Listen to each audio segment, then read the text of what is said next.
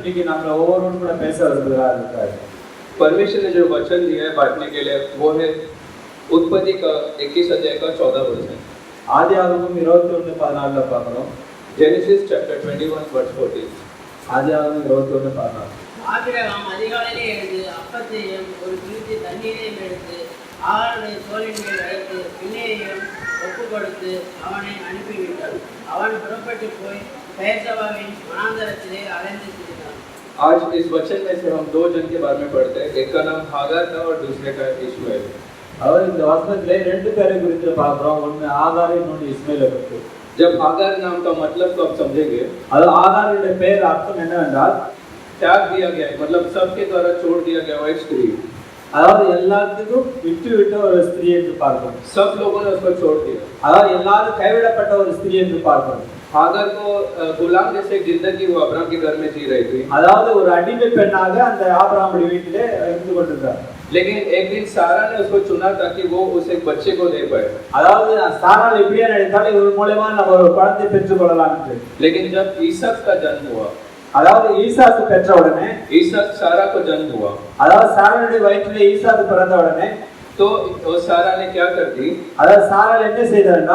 उस हागार को उसने घर से बाहर फेंक दिया. அந்த ஆகாரை வீட்டை விட்டு வெளியே துரத்த ஆரம்பித்தார்கள். कुछ समय हम भी ऐसे हागार के जैसा एक परिस्थिति में रह सकते हैं. நம்மளும் அது போல ஆகாரை போல சில கஷ்டமான சூழ்நிலையில் இருந்து கொண்டிருக்கலாம். एक समय में हम लोग पाप के लिए गुलाम थे.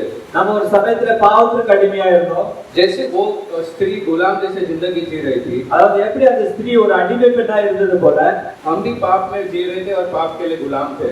நாமளும் பாவத்துல அடிமையா இருந்தோம், பாவத்துல வாழ்ந்து கொண்டிருந்தோம்.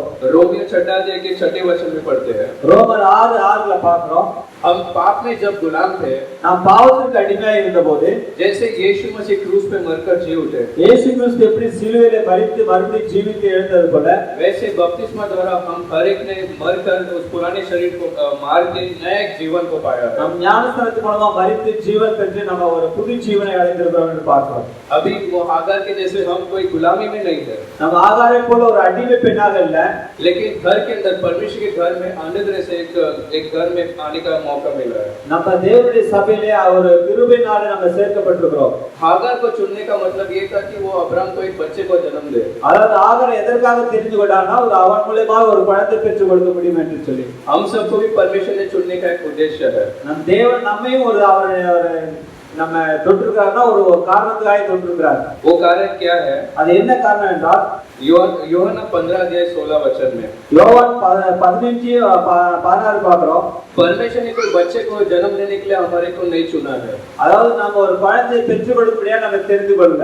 परमेश्वर कहता है कि तुमने मेरे को नहीं लेकिन मैंने तुम्हें चुना है. தேவன் சொல்றார் நீ என்னை தெரிந்து கொள்ள நான் உங்களை தெரிந்து கொண்டேன் என்று சொல்லி. उस वचन में क्या लिखा है, क्यों मैंने आपको चुना है? தேவன் நம்மை ஒவ்வொரு எதுக்காக தெரிந்து கொண்டிருக்கிறார் என்றால் उस वचन को पढ़ेंगे.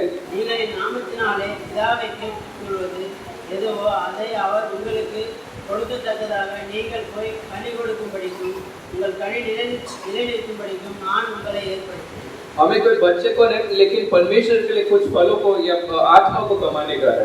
நம்ம குழந்தை பெற்று தரும்படியா இல்ல நம்ம ஆத்மா கனி தரும்படியா நம்ம ஆண்டவர் தெரிந்து கொண்டிருக்கிறார். हालेलुया. அல்லேலூயா.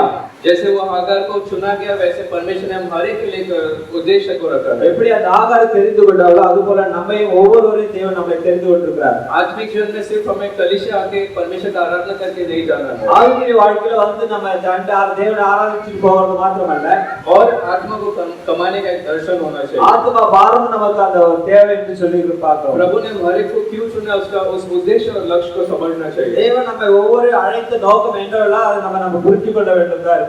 उसका इच्छा ये है कि हर एक जन एक एक फल को लाएगा और आत्मा को कमाएगा. தேவனுடைய வாஞ்சை என்னன்னா ஒவ்வொரு ஆத்மாக்களும் ஒரு ஆத்மாக்களை கொண்டு வருவாங்க என்று. आने वाले दिनों में प्रार्थना करो कि परमेश्वर इस सभा में और लोगों को लाएगा. தேவன் இந்த இடத்துல अनेक ஜனங்களை கொண்டு வரும்படியாக हर एक जन एक एक आत्मा को कम से कम इस 2022 जो वर्ष आएगा उसमें लेकर आएगा. வருகிற 2022 ஒவ்வொரு ஆத்மாக்களை ஆதாயப்படுத்தி கொண்டு வரும்படியாக நம்ம ஜெபிப்போம். प्रभु मदद करके तेरा वो उद्देश्य को मैं पूरा करूं. ஆண்டவரே நீர் எங்களுக்கு உதவி செய்யுங்க என்று சொல்லி நம்ம ஜெபம் பண்ணணும். लेकिन यहाँ पर एक फर्क हागार और हमारे जीवन में हम देखते हैं। நம்ம ஆகாரும் நம்முடைய வாழ்க்கையில் ஒரு வித்தியாசத்தை நாம பார்க்கிறோம். वो एक गुलामी स्त्री थी, அவள் ஒரு அடிமை பெண்ணா இருந்தால், हम भी गुलाम एक समय में थे। நம்மளும் ஒரு காலத்துல அடிமையாய் வாழ்ந்து கொண்டிருந்தோம். वो बच्चे को जन्म दिया अब्राहम के लिए, அதாவது அவர் ஒரு குழந்தை பெற்று கொடுத்தார் ஆபிரகாமுக்காக. और हम भी परमेश्वर के फलों को लाते हैं, நாமும் தேவனுக்கு ஒரு கனி கொடுக்கக்கூடியதாக வந்திருக்கிறோம். लेकिन उसको घर से बाहर निकाल दिया गया। அவர்கள் அந்த ஆகாரை அந்த வீட்டை விட்டு வெளியே துரத்தி விட்டார்கள். लेकिन हमें परमेश्वर कभी भी घर से बाहर नहीं निकालते। நம்மளை தேவன் ஒரு நாள் வீட்டை விட்டு புறக்கணிக்க மாட்டார். इब्रानी 13 के 5 से 6 वचन में हम पढ़ते हैं। எபிரேயர் 17:5-6 பார்க்கிறோம். 13:5-6 प्रभु कहते हैं कि मैं तुम्हें कभी छोड़ता नहीं, त्यागता नहीं।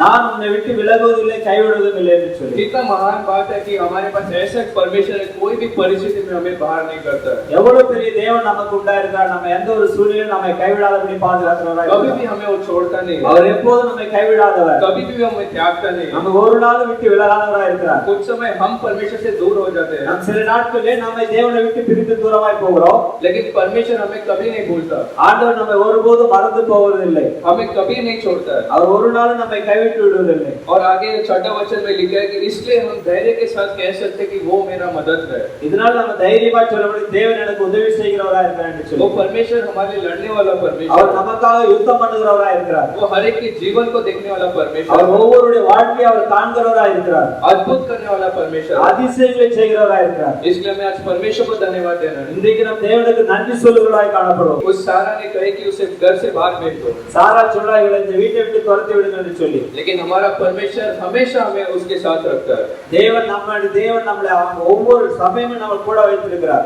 उसने दूतों को हमारा रक्षक ले रखा है। தூதர்களை நம்மை பாதுகாக்கும்படியாக கட்டளையிட்டிருக்கிறார். इस 2021 में भी कितने बार परमेश्वर ने कोविड से भी हमें बचा कर रखा है। 2000 எத்தனையோ நாட்கள் அந்த கோவிட் சிச்சுவேஷன்ல நம்மை பாதுகாத்திருக்கிறார். इसलिए परमेश्वर कहता है मैं तुम्हें छोड़ता नहीं, त्यागता नहीं। இதனால் ஆண்டவர் சொல்றார், நான் உன்னை கைவிடுவதும் இல்லை, உன்னை விட்டு விலகுவதும் இல்லை என்று சொல்லி. सब 2 मिनट परमेश्वर को धन्यवाद कहेंगे। நாம் ஒரு விஷயம் கண்களை மூடி ஜெபம் பண்ணுவோம். ஆண்டவரே, परमेश्वर धन्यवाद, तूने मुझे ஆண்டவரே உங்களுக்கு நன்றி சொல்லுகிறோம். ஆண்டவரே, बीमारियों से भी तूने बचा के रखा, வியாதியிலிருந்து எங்களை பாதுகாத்தீர், உங்களுக்கு நன்றி. ஆண்டவரே, मेरे जरूरत पूरा किया, इसलिए धन्यवाद। எங்களுடைய தேவைகளை சந்தித்தீர், அதற்காக நன்றி அப்பா. परिवार जीवन में और आगे बढ़ने को मदद किया, इसका ஆண்டவரே, धन्यवाद। குடும்பங்களோடு ஆண்டவரே கடந்து போகும்படியாக கிருபை செய்ததற்காக நன்றி. ஆண்டவரே, 2022 के वर्ष में हमें अगुवाई कर रहा है, इसके लिए धन्यवाद। ஆண்டவரே, 2022 நாம் சாட்சியாய் நிற்க எங்களுக்கு கிருபை செய்கிறீராக. हालेलुया। அல்லேலூயா. हमने उत्पत्ति 21 अध्याय का 14 वचन को पढ़ा था। ஆதியாகமம் 21:14 படித்தது போல, यहाँ पर हमने पढ़ा था कि एक दिन अब्राहम ने इश्माइल और हागार को घर से भेज दिया। ஆபிரகாம் ஒரு நாள் இஸ்மாயிலையும் ஆகாரையும் வீட்டை விட்டு துரத்தி விட்டார் என்று பார்க்கிறோம். लेकिन उससे पहले हमें इस वचन के और समझने के लिए पीछे क्या हुआ उसे समझना है। நம்ம அந்த வசனத்தை புரிந்து கொள்ள முடியாது, அதுக்கு பின்னாடி உள்ளதை பார்க்கிறோம். अब्राहम जब 86 इयर्स का था, 86 वर्ष का था, ஆபிரகாம் 86 வயசா இருந்தபோது तब उसे इश्माइल जन्म हुआ। அப்போது இஸ்மாயில் வந்து ஆபிரகாமுக்கு பிறந்தார் என்று பார்க்கிறோம். 86 वर्ष तक उसे बच्चा नहीं हुआ था। 86 வருஷம் அவனுக்கு குழந்தை இல்லாம இருந்தது. वो परमेश्वर ने प्रतिज्ञा तो दिया, लेकिन वो पूरा नहीं हो रहा था। அதாவது தேவன் வாக்குத்தத்தம் கொடுத்தார், ஆனா அது நிறைவேறவே இல்லை. एक दिन अविश्वास के कारण सारा ने क्या कहा? அவிசுவாசத்தால சாரா என்ன சொன்னான்னா, उत्पत्ति 16 अध्याय का पहला और दूसरा वचन को पढ़ेंगे। ஆதியாகமம் 16:1-2 பார்க்கிறோம். वो खुद उस हागार जो से घर पे काम करती थी, அதாவது ஆகார் வீட்டு வேலை செய்து கொண்டிருந்த போது, जो गुलाम स्त्री मिस्र से गुलाम स्त्री आई थी, அதாவது அந்நிய தேசத்திலிருந்தே அந்த ஸ்திரீ ஒரு அடிமை பெண்ணா இருந்த போது, उसने क्या कहा कि तू इसको इसके द्वारा एक बच्चे को जन्म दे। நீ இந்த ஸ்திரீ மூலமாய் ஒரு குழந்தை பெற்றுக் கொடு என்று சொல்லி, और अब्राहम ने उसको अनुमति दिया। அதாவது ஆபிரகாம் அதை ஏற்றுக்கொண்டார். और 86 इयर्स के टाइम में उसे एक इश्माइल का जन्म उसने दिया। 86 வயசுல ஒரு குழந்தையை பெற்றெடுத்தான் இஸ்மாயில். फिर उसके बाद क्या हुआ? அதுக்கு அப்புறம் என்ன ஆச்சுன்னா, उत्पत्ति के 21 अध्याय 5वें वचन में हम पढ़ते हैं। அதாவது ஆதியாகமம் 21:5-6 பார்க்கிறோம். जब अब्राहम 100 वर्ष का हो गया, ஆபிரகாம் 100 வயது ஆன போது, अब उसने किसको जन्म दिया? அப்ப யார் குழந்தை பெற்றெடுத்தார்னா, तब सारा के द्वारा उसने ईसा को जन्म दिया। சாரா மூலமா ஈசாக்கை பெற்றெடுத்தார். अब घर में एक प्रॉब्लम हो गया। இப்போ வீட்டிலே பெரிய பிரச்சனை உண்டாயிற்று. एक दिन इश्माइल वो ईसा को देख के थोड़ा हंसने लगा அதாவது இஸ்மாயில் வந்து ஈசாக்கை பார்த்து ரொம்ப சிரிக்க ஆரம்பிச்சான். और मजाक करने लगा ரொம்ப அதாவது கிண்டல் பண்ண செய்தார். और सारा ने उसको देखकर अब्राहम से कहा कि इसे घर से बाहर भेज. சாரா அதை பார்த்த உடனே சொல்லிட்டு ஆபிரகாம்கிட்ட சொன்னா, நீ இவனை இங்கிருந்து வெளியே அனுப்பிச்சுடு சொல்லி. यही सब बात हम उत्पत्ति के 21 अध्याय अगर पूरा पढ़ेंगे तो समझ पाएंगे. இந்த வார்த்தையை நம்ம ஆதியாகமம் 21 முழுசு படிச்சு பார்த்தா நமக்கு அதை புரிந்து கொள்ள முடியும். और क्योंकि सारा ने कहा कि अब मुझे घर में ये लड़का और ये हागार जो नहीं चाहिए, நம்ம இனிமேல் நமக்கு ஆகாரம் இஸ்மாயில் நம்ம வீட்டுக்கு தேவையில்லை என்று சொல்லி हमारे सारे धन संपत्ति या जो भी जायदाद है उसमें इन लोगों को कोई भाग नहीं रहना चाहिए. அதாவது நமக்கு இவங்க மூலமா எந்த ஒரு பிரச்சனையும் வராதபடி நம்ம எதிர்பார்க்கணும்னு சொல்லிட்டு तो इसलिए उन्होंने निर्णय किया और अब्राहम को जबरदस्ती किया कि उन्हें घर से बाहर भेज. அதனால சாரா வந்து ஆபிரகாமை ஜபர்தஸ்தி செஞ்சு இவங்களை வீட்டை விட்டு வெளியே போக சொல்லிருந்தாங்க. और अब्राहम ने वही 21 अध्याय 14 वचन में पढ़ते कि उसने हागार और इश्माइल को भेज दिया. அதனால தான் இஸ்மாயிலையும் ஆகாரையும் வீட்டை விட்டு வெளியே அனுப்புறாங்க. फिर 21 वचन अध्याय 14 वचन में पढ़ते हैं ஆதியாகமம் 21:14 படிக்கிறோம். वो हागार किधर गई? அவங்க எங்க போனாங்கன்னு हागार कहां पर गई? ஆகார் எங்க போனாங்கன்னு பார்க்கிறோம். वो एक मरुभूमि जो डेजर्ट जैसा जगह था उधर गई. அவர் வனாந்தரமான ஒரு இடத்துக்கு கடந்து போனாங்கன்னு பார்க்கிறோம். वहां पर उसके जीवन में कुछ देख नहीं पाई. அந்த வனாந்தரத்திலே ஒன்று பார்க்க முடியவில்லை அவரால. एक समय वो अब्राहम के घर में खुश थी. அவங்க வந்து ஆபிரகாமுடைய வீட்ல இருக்கும்போது ரொம்ப சந்தோஷமான நிலைமையில இருந்தார். वहां पर उसे अच्छा एक इज्जत मिलता था அங்க ஒரு ரொம்ப மரியாதை கூட கிடைத்தது. क्योंकि उसने अब्राहम के लिए एक बच्चे को जन्म दिया. ஏன்னா ஆபிரகாமுக்கு ஒரு குழந்தை பெற்று கொடுக்கும்படியா இருந்தார். लोगों के सामने उसका एक इज्जत था. அதாவது உலக மத்தியில அவங்க ஒரு மரியாதை கூட இருந்தது. अब्राहम आशीषों से परमेश्वर ने अब्राहम को रखा था. ஏன்னா தேவனுடைய ஆபிரகாமுடைய ஆசீர்வாதத்தின் மூலமா அவங்க இருந்தார் என்று பார்க்கிறோம். इसलिए घर में जो भी आशीष था उसमें ये भी एक भाग थी. அதாவது வீட்டுடைய ஆசீர்வாதத்துல இவ்வளவு ஒரு பங்கா இருந்தார். उसको अच्छा खाना मिलता था. அவர் நல்ல சாப்பாடு கிடைக்கும்படியா செய்தார். अच्छा वस्त्र पहनने का मौका था. நல்ல துணிமணி உடுத்தும்படியான ஒரு சந்தர்ப்பம் கிடைத்தது. लेकिन एक समय ऐसा जीने वाली एक स्त्री हागार, ஒரு நாள் இப்படி வாழ்க்கையான அந்த ஸ்திரீ अब वो कहां चले गए? இப்ப எங்க போயிட்டாருன்னு பார்க்கிறோம். अब उसको मरुभूमि में जाना पड़ा. அவர் வனாந்தரத்துல போகும்படியான ஒரு சூழ்நிலை. जहां पर दूर दूर तक वो कुछ देख ही नहीं पाई. அவர் தூரமான இடங்களை நோக்கி ஒன்றும் பார்க்க முடியலன்னு சொல்லி उसको खाने के लिए कुछ नहीं था. அங்க வனாந்தரத்தில் சாப்பிடக்கூடியவங்க ஒன்றும் கிடையாது. यहाँ पर कोई इसे देखकर जानता भी नहीं था. இவங்களை பார்த்து யாரும் புரிந்து கொள்ள கூட முடியல. कोई है भी नहीं उस मरुभूमि में. அந்த வனாந்தரத்துல யாரும் இல்லை என்று பார்க்கிறோம். ऐसे एक जगह में उसको जाने का परिस्थिति हो गया. அப்படிப்பட்ட இடத்தை கடந்து போகும்படியான ஒரு சூழ்நிலை வந்துச்சு. कुछ समय आपका जीवन भी इसके जैसा हो सकता है. இப்படிப்பட்ட சூழ்நிலை நம்முடைய வாழ்க்கையில கூட வர முடியும். हो सकता है 4 साल पहले अगर आप याद करके देखेंगे, அத 4 வருஷத்துக்கு முன்னாடி நம்ம நினைச்சு பார்த்தா आपका जीवन और अच्छा हुआ होगा. நம்முடைய வாழ்க்கையில நல்லா நடந்திருக்கும். और अच्छा एक आशीष आपके जीवन में हुआ होगा. நம்முடைய வாழ்க்கையில நல்ல ஒரு ஆசீர்வாதம் இருந்திருக்கும். आज शायद आपके जीवन में मरुभूमि जैसा परिस्थिति है. இன்றைக்கு நம்முடைய வனாந்தரத்தின் வாழ்க்கையில நம்ம வந்து கொண்டு கூட இருந்திருக்கலாம். जब आप देखते तो आपके घर में सब खाली है. நம்முடைய வீட்ல எல்லாம் ஒன்றுமில்லாத நிலைமை இருக்கிறது. आपके परिवार में जब जाते तो बच्चे लोग से भी आप खुश नहीं रहते. அத நம்முடைய வீட்ல குழந்தைகளை பார்த்து கூட ஒரு சந்தோஷமற்ற நிலைமையில இருக்கிறோம். काम पे जाते तो काम में भी कुछ मन नहीं लगता है. வேலையில கூட செய்வதற்கு வேலையில நிம்மதியற்ற நிலைமையில இருக்கிறோம். पैसा कमाते हैं लेकिन खर्च हो जाता है. பணங்கள் சம்பாதிக்கிறோம் ஆனா அந்த எல்லாம் செலவாகி கொண்டிருக்கிறது. ऐसा एक मरुभूमि जैसा जीवन हम हर एक का है. இப்படி வனாந்தரத்தின் வாழ்க்கை போல நம்முடைய வாழ்ந்து கொண்டிருக்கலாம். आज हम लोग असली में तो मरुभूमि में नहीं जाते हैं. அது நம்ம வனாந்தர வாழ்க்கையில போகிறது இல்ல. मतलब वो जैसे आगार जैसे मरुभूमि में गई थी, அதாவது ஆகார் எப்படி வனாந்தரத்திலே போய் கடந்து சென்றாரோ हम मरुभूमि तो नहीं जाते हैं. நம்ம வனாந்தரத்திலே போக போறது கிடையாது. लेकिन वैसे ही अनुभव हमारे जीवन में रहता है. நம்முடைய வாழ்க்கையில இப்படிப்பட்ட அனுபவங்களை கற்றுக்கொள்ளும்படியாக காணப்படுகிறது. सब कुछ खाली है. எல்லாம் ஒன்றுமற்ற நிலைமை. बैंक में भी कुछ नहीं है. பேங்க் பேலன்ஸ் ஒன்றுமில்லாத நிலைமை. और कोई भी दोस्त जो है वो लोग भी मदद के लिए नहीं आते. எந்த நண்பர்களோ உறவினர்களுக்கு நம்ம யாரும் உதவி பண்ண முடியாத ஒரு சூழ்நிலை. लेकिन धन्यवाद देना कि परमेश्वर हमारे साथ है. ஆண்டவருக்கு நன்றி சொல்லுவோம். தேவன் நம்மோடு கூட இருக்கிறார். हालेलुया. हालेलुया. कुछ समय परमेश्वर खुद चाहता है कि हम मरुभूमि जैसा अनुभव में रहे. அதாவது தேவனுடைய வாஞ்சை சில டைம்ல ஒரு அதாவது வனாந்தரத்தின் அனுபவத்தை போல காணப்படும்னு சொல்லியிருக்கார். हम व्यवस्था विवरण 8 के 2 में पढ़ते हैं. ड्यूटोनॉमी 8:2.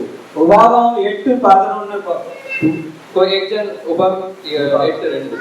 உபாகமம் 8:2 பாருங்க. 8 के 2 को कोई पढ़ेगा. தேவனாகிய கர்த்தர் உம்மை துன்பப்படுத்தி தம்முடைய கட்டளைகளை கைக்கொள்ள மாட்டார் என்று அவர்களை பொறுத்து நிர்ணயித்துள்ளதை அறிவுபடுத்தி உம்மை இந்த 40 வருஷம் வனாந்தரத்திலே நடத்துகிற எல்லாவற்றையும் முடிப்பாயாக. और आप सोचते रहे कि मरुभूमि जैसा अनुभव मेरे को नहीं चाहिए. நம்ம நினைக்கிறோம் வனாந்திரத்தின் வாழ்க்கை போல நம்முடைய வாழ்க்கை வேண்டாம் என்று சொல்லி. लेकिन परमेश्वर इस वचन में कहता है, தேவன் இந்த வசனத்தில் என்ன சொல்லுகிறார் என்றால், वो आपको 40 वर्ष मरुभूमि में इसलिए लेकर गया, அதாவது வனாந்திரத்தில் 40 வருஷம் எதற்காக இப்படி அழைத்து கொண்டு போனார் என்றால், ताकि वो आपको नम्र करे, அதாவது அவர் நம்மை தாழ்த்த வேண்டும் என்று சொல்லி, ताकि वो हमें थोड़ा परख टेस्ट करके देखे, நம்மை அவர் அங்கு சோதித்து பார்க்கும்படியாய் हमारे मन में क्या है, நம்முடைய மனதில் என்ன இருக்குது என்று, क्या हम परमेश्वर से वो लोग डरते थे या नहीं, அதாவது தேவனுக்கு பயப்படுகிறோமா இல்லையா என்று, क्या हम लोग परमेश्वर का आज्ञा मानते हैं या नहीं, தேவனுடைய வார்த்தை கீழ்ப்படுகிறோமா இல்லையா என்று, क्या हर एक चीजों में हम परमेश्वर के भरोसे में रहते हैं या नहीं, நம்முடைய ஒவ்வொரு தேவைக்காக தேவனை சார்ந்திருக்கிறோமா என்னவென்று, या खुद के ऊपर भरोसा करते खुद को सामर्थ्य में हम लोग जीते हैं। நம்முடைய சொந்த பலத்தினால வாழணுமா இல்ல சொந்த பலத்தினால ஜீவிக்கிறோமா என்று। आज कितने लोग कहते हैं कि परमेश्वर मैं तुझ पर भरोसा करता हूँ, அதுக்கு எத்தனை பேர் சொல்ல முடியும் நான் தேவனை சார்ந்து வாழ்கிறேன் என்று, मैं आपके वचनों पर भरोसा करता हूँ, ஆண்டவரே உம்முடைய வார்த்தை நான் நம்புகிறேன் என்று சொல்லி, मैं हमेशा तेरे वचन का पालन करूंगा, நான் ஒவ்வொரு நாளும் உம்முடைய வார்த்தை கீழ்ப்படிந்து நடப்பேன் என்று சொல்லி। तो पहले बात हम पढ़ते हैं कि मरुभूमि परमेश्वर इसलिए देता है कि हमें वो टेस्ट करके देखे कि हम परमेश्वर का वचन को मानते हैं या नहीं। அதாவது வனாந்தரத்தின் வாழ்க்கை என்னவென்றால் நம் தேவனுடைய வார்த்தைக்கு உண்மையாய் கீழ்ப்படிகிறார்களா இல்லை என்று பார்க்கப்படுவதற்காக। क्या आज आपका मरुभूमि जैसा जीवन अच्छा होना है, உங்களுடைய வாழ்க்கையில் அந்த வனாந்தரத்தின் வாழ்க்கை நல்லதுக்காக இருக்கிறதா, क्या आपको उसमें से बाहर आना है, அதிலிருந்து வெளியே வர வேண்டுமா என்ன? तो सबसे पहली बात आपको परमेश्वर के वचन अनुसार जीना है, முதலாவது தேவனுடைய வார்த்தையின்படி நம்ம நடக்க வேண்டும், आपको अपने आप को नम्र करना है, நம்மை தன்னைத்தானே தாழ்த்த வேண்டும், हमारे मन में परमेश्वर को ही रखना है, நம்முடைய மனதிலே ஆண்டவர் மாற்றம் வைத்திருக்க வேண்டும்। क्योंकि वही परमेश्वर ने कहा कि मैं वो इसलिए देता है ताकि हमें नम्र करते मन को देखे। அதாவது தன்னை தாழ்த்தவருடைய மனதை பார்க்கக்கூடியவராய் இருக்கிறார்। फिर दूसरा हम 8वें अध्याय पहला वचन में पढ़ते व्यवस्था में உபாகமம் 8:1 இரண்டாவது வசனம் பார்க்கிறோம்। कानान देश में ले जाने से पहले वो कुछ याद दिलाना चाहता है, அதாவது கானான் தேசத்துக்கு கொண்டு போவதற்கு முன்னவே சில ஞாபகங்களை கொண்டு வரும்படியாய் செய்கிறார்। कानान देश मतलब एक आशीष और एक प्रतिज्ञा वाला देश है, கானான் தேசம் வந்து ஒரு ஆசீர்வாதமான ஒரு இடம் என்று பார்க்கிறோம், जहाँ पर दूध और शहद बहता है, அங்க பாலும் தேனும் ஓடுகிற தேசம்। ऐसा एक देश प्रभु ने उनके लिए तैयार करके रखा, அப்படிப்பட்ட இடத்தை தேவன் ஆயத்தம் பண்ணி வைத்திருந்தார்। लेकिन 40 वर्ष मरुभूमि में घुमाया परमेश्वर ने। 40 வருஷம் வனாந்திரத்தில் சுற்றும்படியாய் செய்தார்। क्यों घुमाया, எதற்காக அப்படி சுற்றும்படி செய்தார் என்றால், पहला वचन में पढ़ते कि ताकि लोग समझे और याद कर पाए, அதாவது முதலாவது வசனத்துல படிக்கிறோம் அவர்கள் வந்து தேவனுடைய வார்த்தையை புரிந்து அதன்படி நடக்க வேண்டும் என்று சொல்லி। आज कितने लोग कह सकते हैं कि परमेश्वर मैं जानता हूँ कि तू ही हमें आशीषों को दे सकता है, நாம் எத்தனை பேர் சொல்ல முடியும் நீரே எங்களுக்கு ஆசீர்வாதத்தை தரக்கூடியவரார் என்று। कानान जैसे बड़े आशीष आपके आगे है, அதாவது கானான் போல நம்முடைய வாழ்க்கையில் ஆசீர்வாதம் ஆண்டவர் வைத்திருக்கிறார்। लेकिन उसके पहले परमेश्वर चाहता है कि हम परमेश्वर को याद करें। அதற்கு முன்னாடி நாம் தேவனை நினைக்க வேண்டும்। आज आपका जीवन को आपको आज आपके जीवन में आपको परमेश्वर को याद करना है, நம்முடைய வாழ்க்கையில தேவனை நினைத்து பார்க்க வேண்டும்। आज आपके जीवन में जब सब कुछ खाली है, நம்முடைய ஆவிக்குரிய வாழ்க்கையில நம்ம எல்லாம் வெறுமையாக்கப்பட்ட நிலைமையில இருக்கிறோம்। तो भी परमेश्वर हमें कैसे एक एक दिन चला रहा है उसके अनुग्रह और मदद से। எப்படி தேவன் நம்மளை ஒவ்வொரு நாளும் நடத்துகிறார் என்று பார்த்தால், तो जब परमेश्वर हमें बड़े बड़े आशीषों को देगा आने वाले दिनों में, நம்ம வருகின்ற நாட்களில் பெரிய பெரிய ஆசீர்வாதங்களை தேவன் நமக்காக வைத்திருக்கிறார்। परमेश्वर चाहते हैं कि तब हम ये सारे चीजों को याद करना चाहिए நம்ம எப்ப நமக்கு தருவானா நம்முடைய ஆண்டவருடைய வார்த்தை நினைக்கும் போது, कि कैसे परमेश्वर ने पिछले दिनों में परमेश्वर ने मदद किया, எப்படி பின்னாடி நாட்கள்ல பின்னுள்ள நாட்களில் தேவன் நம்ம எப்படி நடத்தி வந்தாரோ। आज बहुत सारे लोगों का प्रॉब्लम क्या है, நம்முடைய வாழ்க்கை அநேகருடைய வாழ்க்கையில் என்ன பிரச்சனை என்றால், परमेश्वर जब एक अच्छा आशीष को देता है தேவன் நல்ல ஒரு ஆசீர்வாதங்களை தரும்போது तो वो लोग पीछे हट जाते हैं। அவர்கள் பின்வாங்கி போகிறார்கள்। जो लोग कलीसिया में हर एक फास्टिंग प्रेयर को आते थे, ஒவ்வொரு உபவாச கூட்டத்தில் வரும்போது, जो लोग हर संडे को परमेश्वर के लिए आराधना में आते थे, ஒவ்வொரு ஆராதனை ஞாயிற்றுக்கிழமை வரும்போது, लेकिन अब जब उन्हें एक अच्छा नौकरी मिल गया, நல்ல ஒரு வேலை கிடைத்த உடனே, अब जब उन्हें अच्छा एक घर मिल गया, நல்ல ஒரு வீடு கிடைத்த உடனே अब वो लोग हर संडे को नहीं आते, ஒவ்வொரு சண்டையும் வர்றது கிடையாது।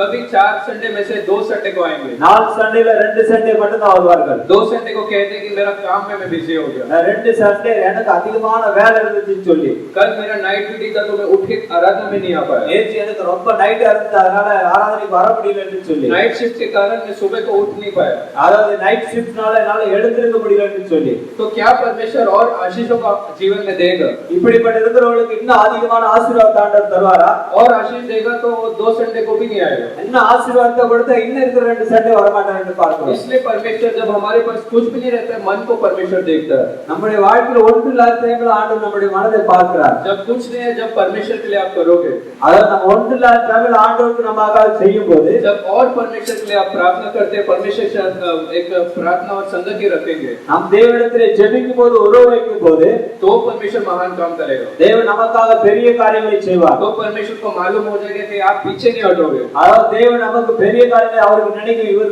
ஒரு நாள் பின்வாங்கி போக மாட்டார். नहीं तो छोटा सा बुखार या परेशानी आएगा तो அதாவது சில பசி பட்டினி வரும்போது, பிரச்சனைகள் வரும்போது, तो हम लोग पीछे हट जाएंगे. நம்ம உபத்திரவத்திலே பின்வாங்கி போகிறவர்களா இருப்போம். इसलिए परमेश्वर मन को देखता है और आशीषों के पहले हमें याद दिलाना चाहता है. அதாவது நம்மளுடைய இருதயத்தை ஆண்டவர் பார்க்கிறார். நம்ம ஆசீர்வாதத்தை கொடுக்கிறதுக்கு முன்னாடி நம்மை நினைத்து பார்க்கிறார். तो दूसरी बात अगर आपको बड़े आशीषों को और मरुभूमि से बाहर निकलना है, அதாவது நமக்கு இரண்டாவது வார்த்தை என்னன்னா, நம்ம அந்த வனாந்திரத்திலிருந்து நம்ம வெளியே வரக்கூடிய வேண்டும்னா, तो हमें याद करना कि परमेश्वर कैसे रोज हमें चलाता है. அதாவது நம்ம நினைத்து பார்க்கணும். தேவன் ஒவ்வொரு நாளும் நம்ம நடத்தும் அந்த விதத்தை நம்ம நினைத்து பார்க்க வேண்டும். और जब आशीषों को पाएंगे तो उसे भूलना नहीं है. அந்த ஆசீர்வாதங்களை பெற்று நம்ம ஒருவரும் மறந்து போக கூடாது. आपको भी बच्चों सबको आपको कहना है आपका हर एक अनुभव को. நம்முடைய பிள்ளைகளுக்கு நம்முடைய சாட்சிகளை பிள்ளைகளுக்கு பகிர்ந்து சொல்ல வேண்டும். आजकल बच्चे लोग से कोई सब शेयर नहीं करता है. இன்றைக்கு சில பிள்ளைகளுக்கு இப்படிப்பட்ட வார்த்தைகளை சொல்லப்படுகிறார்கள். और बच्चे लोग अच्छा नौकरी करके वो सब भूल जाते हैं. நல்ல பிள்ளைகள் நல்ல வேலை கிடைத்த உடனே அதெல்லாம் மறந்து விடுகிறார்கள். लेकिन बार-बार कुछ समय निकाल के आपको बच्चों को समझाना है. அதாவது நமக்கு சில சமயங்கள் எடுத்து தன் பிள்ளைகளுக்கு சொல்ல வேண்டும். कि आज तू इतना अच्छा नौकरी पे है. இன்னைக்கு நீ நல்ல வேலையில இருக்கிறது காரணம். आज तेरा ये अच्छा स्वास्थ्य है. நீ இன்னைக்கு நல்ல சந்தோஷம் நல்ல ஆரோக்கியமா இருப்பது காரணம். देखो इतना पढ़ा लिखा है हमने. அதாவது நீ நல்ல படிக்கும்படியான கிருபை செய்திருக்கிறாய். लेकिन एक समय था जब हमारे पास कुछ नहीं था. எங்களுடைய வாழ்க்கையில் சில சமயத்துல ஒன்றுமில்லாத நிலைமை இருந்தது. मरुभूमि जैसा अनुभव था. வனாந்தரத்தின் வாழ்க்கையை போல காணப்பட்டது. लेकिन रोज रोज परमेश्वर ने मदद किया. தேவன் ஒவ்வொரு நாள் எங்களுக்கு உதவி செய்தார் என்று. एक एक बार तुम्हारे स्कूल का फीस का, ஒவ்வொரு फीस கட்டுறதுக்கு முன்பாக एक एक बार वो बुक्स और सारे पढ़ाई का किताब लेके देने के लिए, அத புக் வாங்க கூட கொடுக்கும் போது सब टाइम में परमेश्वर बारिश हो या गर्मी परमेश्वर ने मदद करके चलाया. அதாவது ஒவ்வொரு தேவைகளையும் தேவன் எங்களுக்கு உதவி செய்தார் என்று சொல்லி वो सब हमें याद करके परमेश्वर को धन्यवाद देना है. இதெல்லாம் நாம் நினைத்து ஆண்டவருக்கு நன்றி சொல்ல வேண்டும். यदि आप लोग इसको भूल जाएंगे இதெல்லாம் நம்ம மறந்து போகும்போது तो परमेश्वर आपको बड़ा आशीष नहीं करेगा. தேவன் நமக்கு பெரிய ஆசீர்வாதத்தை தர மாட்டார் என்று பார்க்கிறோம். फिर तीसरा बात, परमेश्वर क्यों मरुभूमि जैसा अनुभव देता है. மூன்றாவது காரியம் என்ன, வனாந்தரத்தின் வாழ்க்கை என்ன என்று பார்க்கிறோம். उस आगर को मरुभूमि में कोई नहीं था. அந்த ஆகார் வனாந்தரத்திலே ஒருவரும் இல்லை என்று பார்க்கிறோம். अगर मरुभूमि में कोई रोएगा तो उसको सुनने वाला कोई नहीं. அந்த வனாந்தரத்தை அழுதாலும் அதை கேட்கும்படியாய் ஒருவரும் இல்லை என்று பார்க்கிறோம். मरुभूमि में भूख लगेगा तो भूख मिटाने के लिए कुछ नहीं. அந்த வனாந்தரத்திலே பசி எடுத்தாலும் அந்த பசி போக்குறதுக்கு ஒருவர் இல்லை என்று பார்க்கிறோம். पानी पीने के लिए भी पानी नहीं मिलता. தண்ணி குடிக்கிறது கூட அந்த தண்ணி கூட கிடையாது என்று பார்க்கிறோம். ऐसे परिस्थिति में हमें सिर्फ परमेश्वर ही मदद कर सकता है. அப்படிப்பட்ட சூழ்நிலையில தேவன் மாத்திரம் நமக்கு உதவி செய்ய முடியும். तो ऐसे परिस्थिति में हम अलग हो जाते हैं. அப்படிப்பட்ட சூழ்நிலையில நம்ம வேற பிரிந்து போகிறோம். हम संसार से अलग हो जाते हैं. நம்ம உலகத்தை விட்டு பின்வாங்கி போகிறோம். हमें पता चल जाता है कि कोई और मदद नहीं कर सकता. நமக்கு யாரும் உதவி செய்ய முடியாது என்று சொல்லி इसलिए हम और परमेश्वर के करीब आ सकते हैं. நாம் தேவனிடத்தில் இன்னும் அதிகமாக கிட்டி வரணும். कितने लोग को जेफ्ता के बारे में पता है? कितने लोग को येफ्ता के बारे में पता है? எப்தாவை பத்தி யாருக்கெல்லாம் தெரியும்? எப்தாவை பத்தி न्यायों के 11 अध्याय में एक दिन हमने पढ़ा था. அதாவது நியாயாதிபதிகள் 11 வசனத்துல ஒரு நாள் பார்த்தோம். येफ्ता के जो भाई लोग उसको घर से बाहर भेज दिए. எப்தாவுடைய சகோதரர்கள் அவனை வீட்டை விட்டு வெளியே துரத்தி விட்டார்கள். उसके गांव के लोगों ने उसे घर से बाहर भेज दिया. அவங்க ஊர்காரங்களும் அவனை விட்டு துரத்தி விட்டாங்க பார்க்கிறோம். येफ्ता तोप जैसा एक जगह पर गया. அவர் தோப்புன்ற இடத்துக்கு கடந்து போனான். वहां पर उसके साथ कोई भी नहीं था. அங்க யாருமே இல்ல. जब उसके पास कोई घर का कोई भी नहीं था, அவனிடத்துல ஒரு வீடு ஒண்ணுமே இல்லாத நிலைமையில तब उसे एक अकेला जीवन जीना पड़ा. அவன் தனிமையான வாழ்க்கை வாழும்படியான ஒரு சூழ்நிலை ஏற்பட்டது. लेकिन आने वाले वचन में हम समझ पाते हैं அவன் வருகின்ற வசனத்துல படிக்கும் படிக்கும்போது பார்க்கிறோம். उस तोप में उसने परमेश्वर के साथ एक अच्छा संबंध को बनाया। அது தேவனிடத்திலே ஒரு உறவு வைத்துக் கொண்டதான் என்று பார்க்கிறோம். वहां पर वो जाके प्रार्थना करता था, அங்கு போயிட்டு ஜெபிக்கிறவனாய் காணப்பட்டான் என்று वहां पे பார்க்கிறோம். जाके वो परमेश्वर से सब कुछ कहने वाला व्यक्ति बना। அந்த தேவனிடத்திலே எல்லாவற்றையும் குறித்து சொல்லக்கூடியவனாய் மாறினான் என்று பார்க்கிறோம். कुछ समय जब आपके जीवन में सब कुछ हो जाता है, நம்முடைய வாழ்க்கையில் இப்படி எல்லாம் நடக்கும்போது, जब आपके पास बहुत सारे फ्रेंड्स होते हैं, நம்முடைய வாழ்க்கை अनेक சகோதரர்களுக்காக फ्रेंड நண்பர்கள் காணப்படும் போது, काम से आते तो काम के बाद मिलने के लिए फ्रेंड्स होते हैं, அதாவது வேலையை விட்டு வந்தோடனே திரும்ப எல்லா ஃப்ரெண்டுகளும் சேர்ந்துறாங்க பார்க்கிறோம். या तो और घर पे कोई दूसरे घर पे रिश्तेदार के घर में जाते हैं। இல்லனா நம்ம வீட்டுல இருந்து மற்ற ரிலேஷன் வீட்டுக்கு கடந்து போகிறோம். तो ऐसा समय में हम परमेश्वर के साथ संगति नहीं बनाते हैं, அப்படிப்பட்ட சூழ்நிலை நம்ம தேவனிடத்தில் உருவாக்க முடியாதவர்களாய் காணப்படுகிறோம். संसार में ज्यादा महत्व देने लगते हैं, உலகத்தில் அதிகமாய் நம்ம ஐக்கியம் வைத்திருக்கிறோம். इसलिए मरुभूमि जैसा अनुभव कुछ समय हमें क्यों परमेश्वर देता है? ஏன் வனாந்திரத்தின் அனுபவம் மறுபடியும் ஏன் நமக்கு இப்படி தரார் என்றால், ताकि हम समझ पाए कि संसार के लोग हमेशा हमारे साथ नहीं रहते, அதாவது உலக ஜனங்கள் நம்மோடு கூட எப்பவுமே இருக்கிறார்கள் என்று. इसलिए मरुभूमि हमें अलग होकर परमेश्वर के साथ संबंध बनाने को सिखाता है। அதாவது வனாந்திரம் நம்ம அதிலிருந்து பிரிந்து தேவனிடத்தில் ஒரு ஐக்கியப்பட முடியாத ஒரு அனுபவத்தை கற்றுக் கொடுக்கிறது என்று பார்க்கிறோம். आज एक बात आप हर एक को याद रखना है, நீங்கள் ஒவ்வொருவரும் நம்ம ஞாபகம் வைக்க வேண்டியது என்னவென்றால், अगर आपको मरुभूमि जैसा अनुभव से बाहर आना है, நம்முடைய வனாந்திரத்தின் வாழ்க்கை விட்டு வெளியே வர வேண்டும் என்றால், पहली बात हमने क्या पढ़ा? முதலாவது நம்ம என்ன படிச்சோம்னா, परमेश्वर के वचन को पालन करना है, தேவனுடைய வசனத்தை நம்ம கீழ்ப்படிய வேண்டும் என்று. क्योंकि परमेश्वर हमारे मन को देखता है, தேவன் நம்முடைய இருதயத்தை காண்கிறவராய் இருக்கிறார். अपने आप को नम्र करते हुए पालन करना है। நாம் தம்மை தாமே தாழ்த்தி தேவனுடைய வார்த்தை கீழ்ப்படிய வேண்டும் என்று சொல்லி, वही प्रभु आशीष को दे सकता है, क्योंकि आप परमेश्वर के वचन को रखते हैं। அப்பதான் நம்முடைய ஆசீர்வாதத்தை பெற்றுக்கொள்ள முடியும் யார் தேவனுடைய வார்த்தைக்கு கீழ்ப்படிந்து இருக்கிறார்களோ. दूसरी बात, आशीष पाएंगे तो आप उन परमेश्वर के अगुवाई को नहीं भूलना चाहिए। அதாவது தேவனுடைய ஆசீர்வாதத்தை நம்ம பெற்றுக்கொண்டு அவருடைய நம்ம அந்த ஆசீர்வாதத்தை மறந்து போகாதபடி நாம் நினைத்துக் கொண்டிருக்க வேண்டும். जब आप आशीष को पाएंगे, मरुभूमि से जब आप बाहर निकल जाओगे, அதாவது வனாந்திரத்திலிருந்து வெளியே வரும்போது मरुभूमि का अनुभव को भूलना नहीं चाहिए। அந்த வனாந்திரத்தின் வாழ்க்கை நம்ம ஒரு நாளும் மறந்து போக கூடாது. कैसे एक एक दिन परमेश्वर ने चलाया, ஆண்டவரே ஒவ்வொரு நாளும் நீர் எப்படி எங்களை நடத்தி வந்த அந்த விதத்தை व्यवस्थापन 8:4 में वही प्रभु ने कहा। உபாகமம் 8:4 இதுதான் ஆண்டவர் சொல்றார்.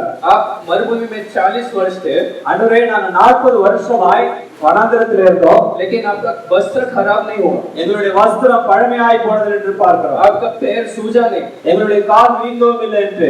ऐसा अगुवाई करने वाला परमेश्वर को आपको आशीष में भूलना नहीं है। அப்படிப்பட்ட சாட்சிகளோடு கூட தேவனை நடத்தி வந்தவரை ஒரு நாள் மறந்து போக கூடாது என்று प्रभु का वचन भजन संहिता 34:10 में कहता है, சங்கீதம் 34:10 பார்க்கிறோம். जवान सिंह भूखे रह सकते हैं, அதாவது சிங்கக்குட்டிகள் பட்டினியா இருக்கும், लेकिन जो लोग परमेश्वर को खोजते ढूंढते हैं, அது யார் தேவனை தேடுகிறார்களோ தேடுகிறார்களோ उनके लिए अच्छा कोई भी काम नहीं छूटता है। அவர்களுக்காக ஒன்றும் குறைபட்டு போவது என்று பார்க்கிறோம். सब कुछ परमेश्वर देने के लिए तैयार है, எல்லாவற்றையும் தரக்கூடியவராய் இருக்கிறார். इसलिए आज हमें अपना जीवन को देखना है। இன்றைக்கு நம்ம ஆவிக்குரிய வாழ்க்கையை பார்க்கிறோம்.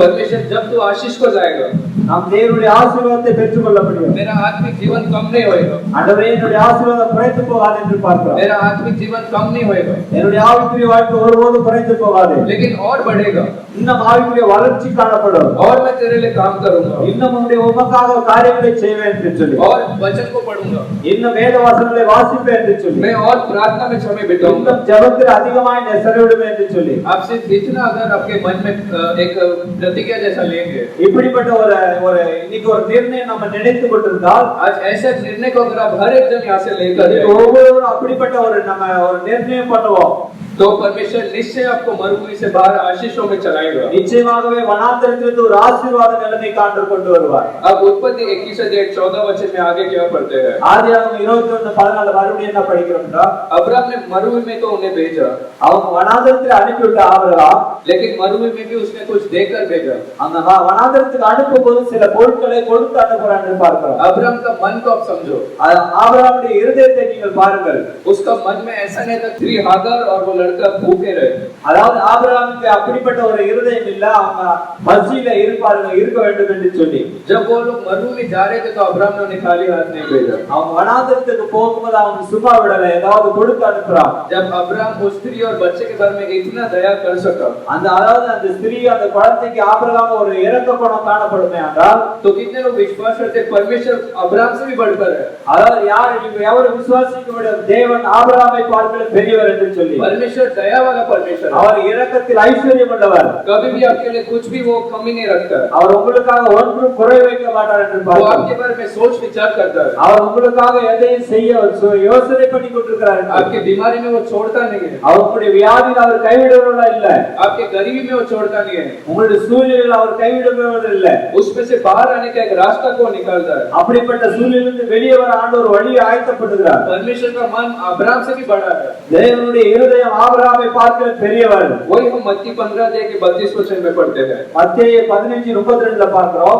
मत्ती 15:32 में மத்தேயு 15:32 என்ன பார்க்கறோம்னா 3 दिन तक 4000 लोग कम से कम मरुभूमि जैसे जगह में परमेश्वर यीशु के साथ थे। 3 நாள் தேவனோடு கூட 4000 ஜனங்கள் அவரோடு கூட இருந்தார்கள் என்று பார்க்கிறோம். वो लोग परमेश्वर के वचन को सुन रहे थे। அவர்கள் தேவனுடைய வார்த்தையை கேட்டுக்கொண்டிருந்தார்கள் என்று பார்க்கிறோம். अब रात का समय होने वाला था और वो लोग घर लौटने वाले थे। சாயந்திரம் ஆகிற போது அவர்கள் வீட்டுக்கு திரும்பி போகிற ஒரு சூழ்நிலை காணப்பட்டது. उस वचन में यीशु क्या कहते हैं? அந்த இடத்துல ஆண்டவர் என்ன சொல்றாரு? वो एक जन उस वचन को पढ़ेंगे। ஒருவர் அந்த வசனத்தை படிக்கலாம். பின்பு இயேசு தம்முடைய சீஷர்களை அழைத்து, ஜனங்களுக்காக பரிதபிக்கிறேன்.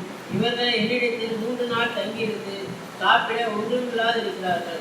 இவர்களை பட்டினியா அனுப்பிவிட எனக்கு மனதில்லை. வழியிலே சோர்ந்து போவார்களே என்றார்.